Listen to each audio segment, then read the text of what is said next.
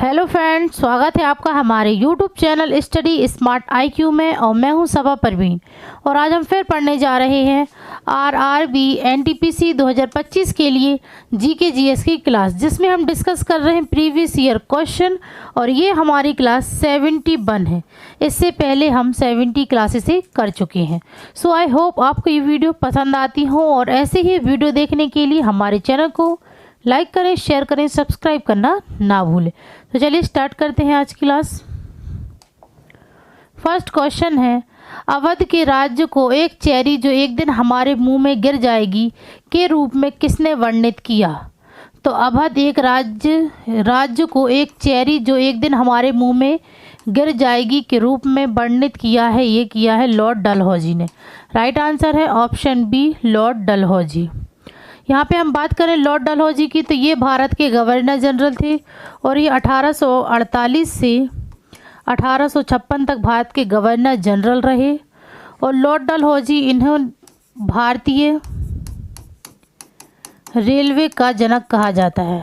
ठीक है, भारतीय रेलवे का जनक कहा जाता है क्योंकि पहली रेलवे लाइन इन्हीं के टाइम पर चलवाई गई थी। ठीक है ना, 1853 में ये चलवाई गई थी। और रेलवे के जनक कौन है? तो ये है लॉर्ड डलहौजी। ठीक है ना, लॉर्ड डलहौजी ही भारतीय रेलवे के जनक है। और 1893 में पहली रेल लाइन चली थी और यह चली थी बॉम्बे से ठाणे के बीच। ठीक है, बॉम्बे से ठाणे के बीच ये चली थी। और लॉर्ड डलहौजी इन्होंने व्यपगत का सिद्धांत अपनाया। ठीक है, व्यपगत का सिद्धांत अपनाया था। व्यपगत के सिद्धांत को क्या कहते हैं? तो इसे हड़प नीति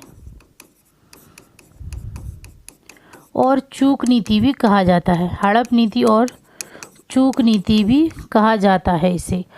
और डलहौजी ने विधवा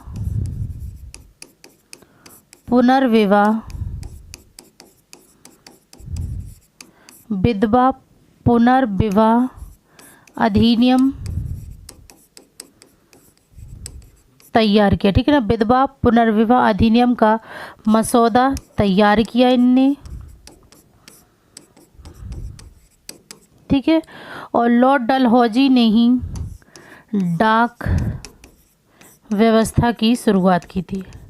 ठीक है, डाक व्यवस्था की शुरुआत की थी लॉर्ड डलहौजी ने ही। ओके, फिर बात करें लॉर्ड वेलेस्ली, तो ये भी भारत के गवर्नर जनरल थे। ये फोर्ट विलियम। ठीक है, ये फोर्ट विलियम प्रेसिडेंसी के गवर्नर जनरल थे। ठीक है, फोर्ट विलियम प्रेसिडेंसी के गवर्नर जनरल थे लॉर्ड वेलेस्ली। ओके, फिर लॉर्ड कर्जन, तो लॉर्ड कर्जन यह भारत के गवर्नर जनरल थे और उन्होंने 1905 को बंगाल का विभाजन करवाया। ठीक है, बंगाल का विभाजन किया। फिर लॉर्ड हेनरी हार्डिंग, तो लॉर्ड हेनरी हार्डिंग यह भारत में पहला आंग्ल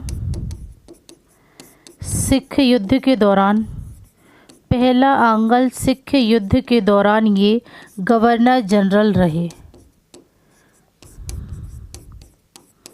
ठीक है, पहला आंग्ल सिख युद्ध के दौरान ये गवर्नर जनरल रहे लॉर्ड हेनरी हार्डिंग। ओके, चलिए नेक्स्ट है, सिंधु घाटी से बंगाल में सोनार घाटी तक अपने साम्राज्य को मजबूत और शक्तिशाली बनाने के लिए शाही सड़क का निर्माण किसने किया था? और ब्रिटिश काल के दौरान इसका नाम बदलकर जीटी रोड कर दिया। तो शाही सड़क का निर्माण किसने किया और ब्रिटिश काल के दौरान इसका नाम बदलकर जीटी रोड कर दिया गया? तो यह बनवाए थे शेर शाह सूरी ने। राइट आंसर है ऑप्शन डी, शेर शाह सूरी ने सड़क का निर्माण करवाया था और ब्रिटिश काल के दौरान इसका नाम बदलकर जीटी रोड कर दिया गया। ओके, फिर बात करें हम यहाँ पे औरंगजेब, तो औरंगजेब इनको आलमगीर के नाम से जाना जाता है।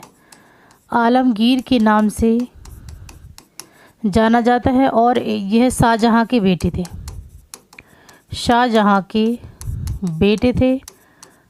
औरंगजेब ने कौन कौन सी इमारतें बनवाई थी? तो औरंगजेब ने बनाए थे बीबी का मकबरा, बीबी का मकबरा, लाहौर किले का निर्माण,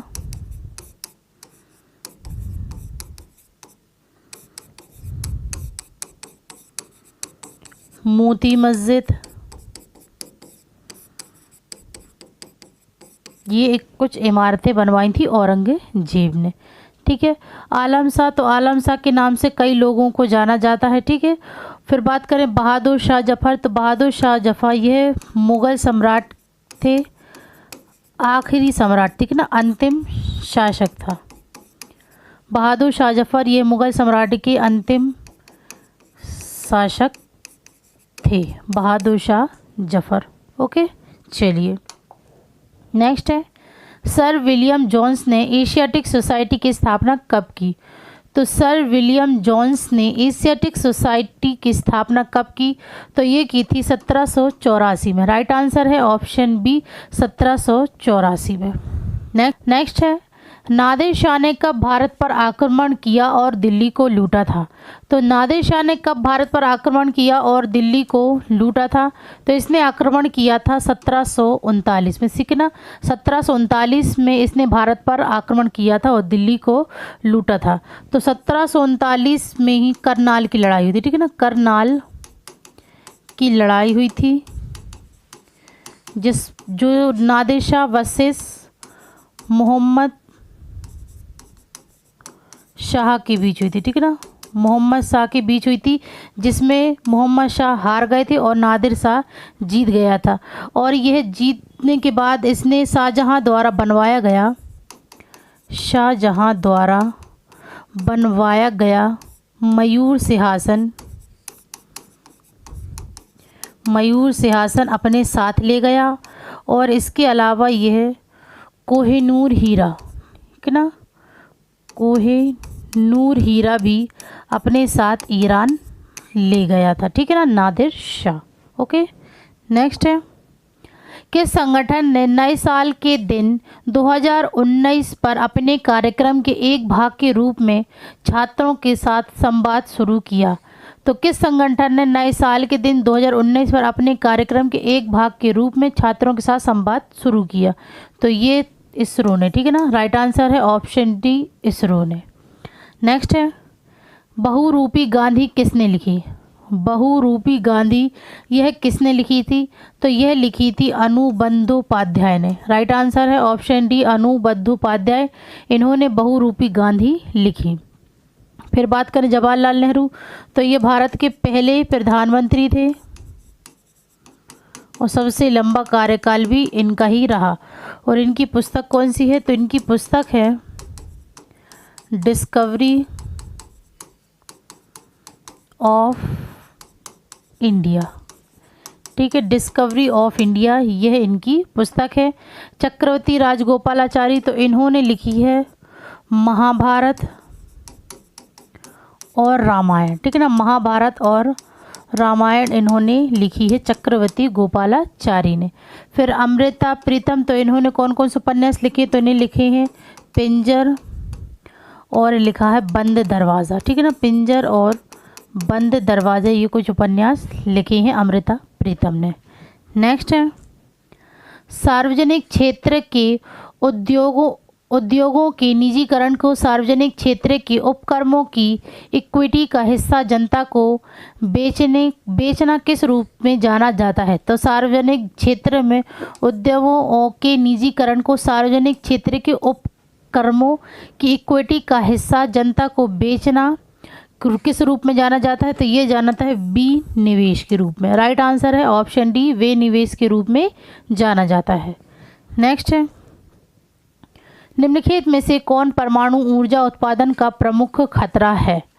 तो कौन सा इनमें से परमाणु ऊर्जा उत्पादन का प्रमुख खतरा है?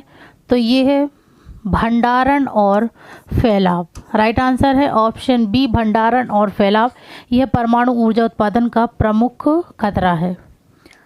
नेक्स्ट है, निम्नलिखित में से कौन स्वतंत्रता सेनानी काकोरी ट्रेन डकैती में शामिल नहीं था? तो काकोरी ट्रेन डकैती में शामिल कौन नहीं था? सबसे पहले बात करें काकोरी ट्रेन डकैती ये कब हुई थी, तो काकोरी ट्रेन डकैती ये हुई थी 9 अगस्त 1925 को काकोरी ट्रेन डकैती हुई थी, ठीक है, जिसमें इन्होंने ब्रिटिश के खजाने को लूटा था ना, ठीक है, ब्रिटिश सरकार के खजाने को लूटा था, ठीक है, ब्रिटिश सरकार के खजाने को लूटा था। और ये काकोरी ट्रेन डकैती कहाँ पर हुई थी, तो ये हुई थी लखनऊ के पास काकोरी गांव में, ठीक है, लखनऊ के पास काकोरी गांव में ये काकोरी ट्रेन डकैती हुई थी। फिर बात करें कि इसमें से कौन सा स्वतंत्रता सेनानी शामिल नहीं था, तो इसमें चंद्रशेखर आज़ाद शामिल थे, रामप्रसाद बिस्मिल भी शामिल थे, भगत सिंह शामिल नहीं थे और अशफाक उल्ला खान भी शामिल थे। तो राइट आंसर होगा ऑप्शन सी भगत सिंह। यह स्वतंत्रता सेनानी काकोरी ट्रेन डकैती में शामिल नहीं थे। ओके, नेक्स्ट है विश्व व्यापार संगठन की स्थापना कब हुई थी, तो विश्व व्यापार संगठन की स्थापना यह हुई थी 1995 में और इसका मुख्यालय कहाँ पर है, तो इसका मुख्यालय है जिनेवा स्विट्ज़रलैंड में, ठीक है, जिनेवा स्विट्ज़रलैंड में इसका मुख्यालय है विश्व व्यापार संगठन का। नेक्स्ट है निम्नलिखित में से कौन सा पड़ोसी देश पाक जलडमरू मध्य और मन्नार की खाड़ी द्वारा गठित समुद्र के एक संकीर्ण चैनल द्वारा भारत से अलग है, तो कौन सा पड़ोसी देश है जो पाक जलडमरू मध्य और मन्नार की खाड़ी द्वारा गठित समुद्र के एक संकीर्ण चैनल द्वारा भारत से अलग है, तो ये है श्रीलंका। राइट आंसर है ऑप्शन बी श्रीलंका। नेक्स्ट है निम्नलिखित में से किसे 2019 में विदेशियों के लिए मेक्सिको का सर्वोच्च नागरिक सम्मान मिला, तो 2019 में विदेशियों के लिए मेक्सिको का सर्वोच्च नागरिक सम्मान यह किसे मिला, तो यह मिला है प्रतिभा सिंह पाटिल को, ठीक है, राइट आंसर है option B Pratibha Singh Patil. Next है निम्नलिखित में से किस पौधे में छुपे हुए प्रजनन अंग होते हैं, तो किस पौधे में छुपे हुए प्रजनन अंग होते हैं, तो ये होते हैं मार्सिलिया में। राइट आंसर है ऑप्शन बी मार्सिलिया पौधे में छिपे हुए प्रजनन अंग होते हैं। नेक्स्ट है निम्नलिखित में से कौन सी चीनी को अल्कोहल में बदलने की प्रक्रिया है, तो कौन सी चीनी को अल्कोहल में बदलने की प्रक्रिया है, तो ये है किण्वन, ठीक है, किण्वन यह चीनी को अल्कोहल में बदलने की प्रक्रिया है। नेक्स्ट है भारत सरकार द्वारा किस वित्तीय वर्ष के दौरान जल क्रांति अभियान शुरू किया, तो भारत सरकार द्वारा जल क्रांति अभियान शुरू किया गया, तो ये शुरू किया गया था 2015-16 में। राइट आंसर है ऑप्शन ए, ठीक है। नेक्स्ट है निम्नलिखित में से किस में जेनेटिक इंजीनियरिंग शामिल है, तो जेनेटिक इंजीनियरिंग शामिल है, तो यह शामिल है जीन क्रांति में। राइट आंसर है ऑप्शन ए जीन क्रांति में जेनेटिक इंजीनियरिंग शामिल है। अगर हम बात करें यहाँ पे हरित क्रांति, तो यह किससे संबंधित है, तो हरित क्रांति यह कृषि से संबंधित है और इसकी शुरुआत कब हुई थी, हरित क्रांति की शुरुआत तो ये हुई थी 1960 के दशक में इसकी शुरुआत हुई थी। और इसके जनक कौन है, हरित क्रांति के जनक, तो ये हैं M.S. स्वामीनाथन, ठीक है, ये हरित क्रांति के जनक हैं। नेक्स्ट है निम्नलिखित में से कौन बुकर पुरस्कार जीतने वाली पहली भारतीय महिला थी, तो बुकर पुरस्कार जीतने वाली पहली भारतीय महिला ये कौन थी, तो ये थी अरुंधति रॉय। राइट आंसर है ऑप्शन सी अरुंधति रॉय है बुकर पुरस्कार जीतने वाली पहली भारतीय महिला है। यहाँ बात करें हम सरोजनी नायडू की, तो सरोजनी नायडू यह पहली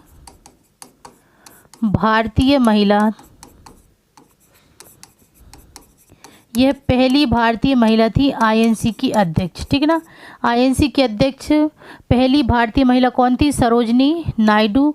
और ये कब बनी थी, कहाँ पर, तो ये बनी थी कानपुर अधिवेशन में 1925 में कानपुर अधिवेशन में यह आईएनसी की अध्यक्ष बनी थी और ये भारत की पहली महिला आईएनसी अध्यक्ष थी।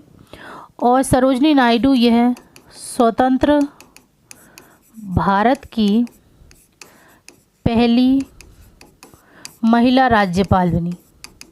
पहली महिला राज्यपाल बनी थी कहाँ पर? तो ये बनी थी उत्तर प्रदेश में, ठीक है।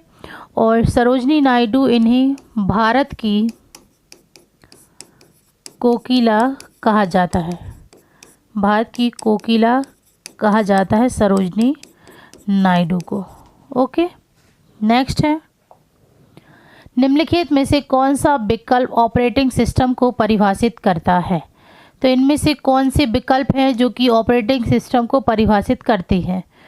तो इनमें से विकल्प है, यह प्रोग्रामों का एक सेट है जो कंप्यूटर के काम करने के तरीके को नियंत्रित करता है और अन्य प्रोग्राम चलाता है। राइट आंसर है ऑप्शन बी। नेक्स्ट है, निम्नलिखित में से किस रोग के लिए यूएस एफडीए ने 2019 में पहले टीके डेंगवैक्सिया की मंजूरी दी थी? तो किस रोग के लिए यूएस एफडीए ने 2019 पहले टीके डेंगवैक्सिया की मंजूरी दी है? तो ये दी है डेंगू की, ठीक है, डेंगू रोग के लिए। राइट आंसर है ऑप्शन ए। नेक्स्ट है, केरल में मोपला विद्रोह, मालाबार विद्रोह कब हुआ? तो केरल में मोपला विद्रोह ये कब हुआ था? तो ये हुआ था 1921 में, ठीक है ना, 1921 में मोपला विद्रोह हुआ था। नेक्स्ट है, निम्नलिखित में से किस राज्य में प्रसिद्ध सूर्य मंदिर स्थित है? तो किस राज्य में सूर्य मंदिर स्थित है? तो यह स्थित है उड़ीसा में, ठीक है ना, कोणार्क, उड़ीसा में ये सूर्य मंदिर स्थित है। नेक्स्ट है, कंप्यूटर और इंटरनेट के क्षेत्र में W3C का क्या अर्थ है? तो कंप्यूटर और इंटरनेट के क्षेत्र में W3C का अर्थ, तो इसका अर्थ है वर्ल्ड वाइड वेब कंसोर्टियम, ठीक है। राइट आंसर है option C, world wide web consortium, ये इसका अर्थ है, ठीक है। छोटी आंत, नेक्स्ट है, छोटी आंत की आंतरिक परत में कई उंगलियों जैसे उभार होते हैं जिन्हें क्या कहा जाता है? तो छोटी आंत की आंतरिक परत में कई उंगलियों में उभार होते हैं तो इन्हें कहा जाता है दीर्घ रोम। राइट आंसर है ऑप्शन सी, दीर्घ रोम इन्हें कहा जाता है। नेक्स्ट है, राष्ट्रीय सूचना विज्ञान केंद्र की स्थापना कब की गई थी? तो राष्ट्रीय सूचना विज्ञान केंद्र की स्थापना यह की गई थी 1976 में। राइट आंसर है ऑप्शन डी, 1976। नेक्स्ट है, निम्नलिखित में से कौन भारतीय मानक समय को सही ढंग से दर्शाता है? तो इनमें से कौन भारतीय मानक समय को सही ढंग से दर्शाता है? तो यह दर्शाता है GMT + 5.30। राइट आंसर है ऑप्शन सी, GMT + 5.30, ठीक है, यह भारतीय मानक समय को सही ढंग से दर्शाता है। ओके, तो ये थी आज की हमारी क्लास RRB NTPC 2025 की GK GS की क्लास। सो आई होप आपको ये वीडियो पसंद आती हो और ऐसे ही वीडियो देखने के लिए हमारे चैनल को लाइक करें, शेयर करें, सब्सक्राइब करें। Thank you.